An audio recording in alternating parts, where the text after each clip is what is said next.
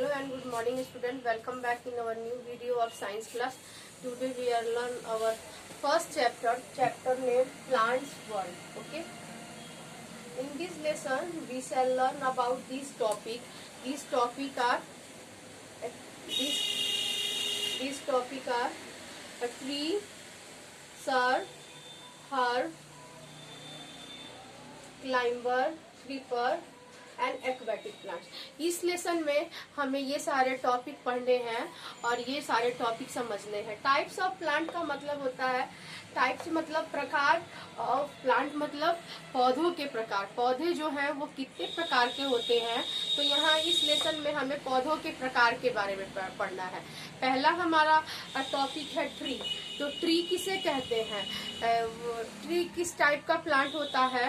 तो plant are all around us, हम अपने चारों तरफ देखते हैं प्लांट बहुत कुछ हमें देते भी हैं। Plant give us food, many other things. Plant are our green friend. ऐसा आप सब जानते हैं कि प्लांट्स हमारे ग्रीन फ्रेंड हैं।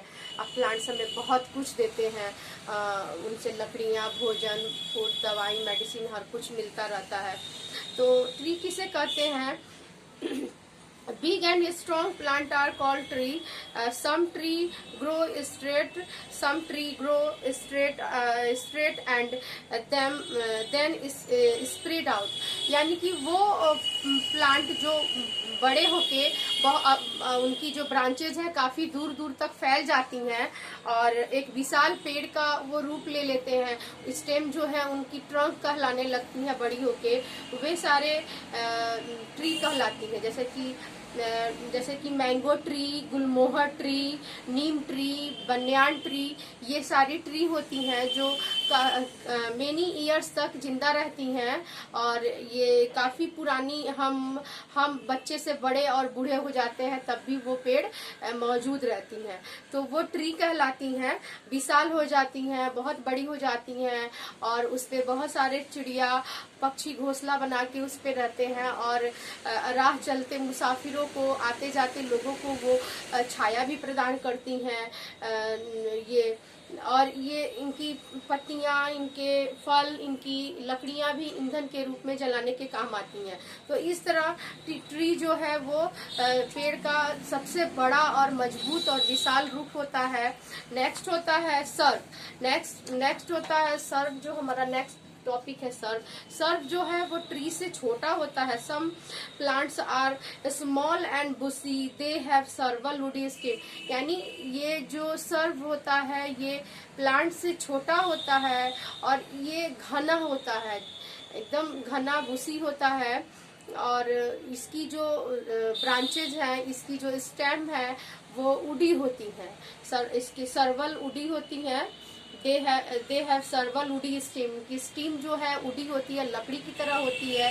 कुछ में कांटे भी होते हैं, जैसे कि रोज है, उसमें थ्रोन्स भी होते हैं। वो अपने बचाव के लिए, प्रोटेक्शन के लिए थ्रोन्स उनमें होते हैं ताकि कोई भी एनिमल्स उन्हें खा ना सके, तो वो कांटे उनकी रक्षा करती हैं। तो ये बुशी होती हैं, घनी होती हैं, झाड़ी नुमा होती हैं और इनके प्लांट्स में जास्मीन होते हैं, रोज होते हैं, हिबिस्कस होते हैं।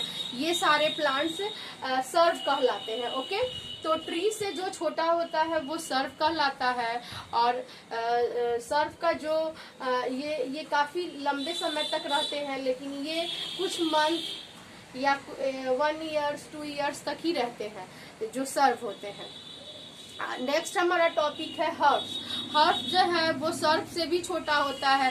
Very small plant with soft green and stem, soft green stem are called herb.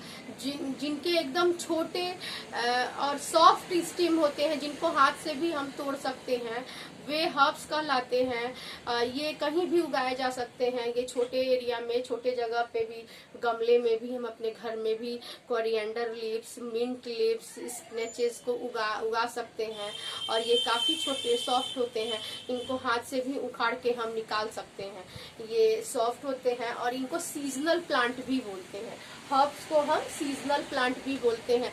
आप यहाँ फिगर में देखेंगे कि मिंट जो है, कोरिएंडर है, मिंट है, स्पिनेचेस हैं, ये सारे हर्ब्स में आते हैं।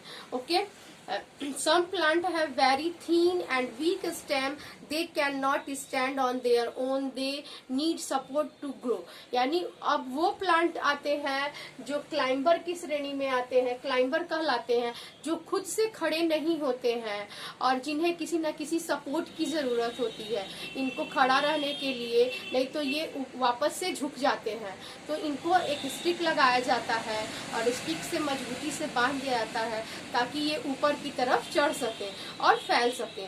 तो ये क्लाइंबर कहलाते हैं। क्लाइंबर में ग्रेपवाइन, बीन्स यानी बीन्स, सेम और ग्रेपवाइन अंगूर के आप पौधों को देखे होंगे जिनको किसी न किसी सपोर्ट के, यहाँ आप फिगर में भी देख रहे हैं कि इनको लकड़ी से बांध के ऊपर की तरफ चढ़ाया जा रहा है। तो ये क्लाइंबर कहलाते हैं। और क्रीपर क्या होते हैं? क्रीपर जमीन में फैलते हैं, ग्राउंड में फैलते हैं। ये भी सॉफ्ट और वीक होते हैं इनके भी स्टेम, लेकिन इनकी जो फल होती है काफी हैवी होती है। इनके जो फ्रूट्स होते हैं क्लाइंबर के वो काफी हैवी होते हैं, इस वजह से ये ऊपर की तरफ ना जाके ये नीचे ग्राउंड में फैलते हैं। तो इनके फ्रूट में लाइक वाटरमेलन, पंपकिन, मस्कमेलन, ये सारे आप देखे होंगे, कुम्हड़ा या तरबूजा, खरबूजा जो है, ये हैवी फ्रूट्स होते हैं, बड़े बड़े हैवी 2-3 किलो के होते हैं। तो इनको हैवी होने के चलते ऊपर ना फैल के ये ग्राउंड में फैलते हैं, इसीलिए ये क्रीपर कहलाते हैं। Okay, some plant grow in water, they are called aquatic plant. और एक्वेटिक प्लांट क्या कहलाते हैं?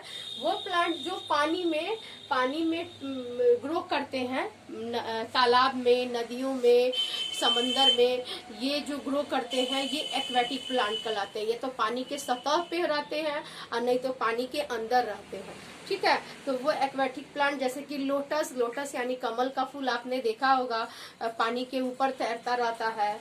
वाटर लिली, व्हाइट कलर का वाटर लिली होता है, आपके बुक में भी दिया है। यहाँ और भी नहीं दिया है, हाइड्रिला होता है, लैक्टस होता है, ये सारे पानी के अंदर होते हैं। तो ये इसमें नहीं मेंशन किया है। तो ये सारे एक्वेटिक प्लांट होते हैं। तो एक्वेटिक प्लांट आपको समझ में आ गया कि वे प्लांट जो वाटर में ग्रो करते हैं वे एक्वेटिक प्लांट कहलाते हैं। ओके, तो in this chapter is over. I hope you all understood very well. Thank you.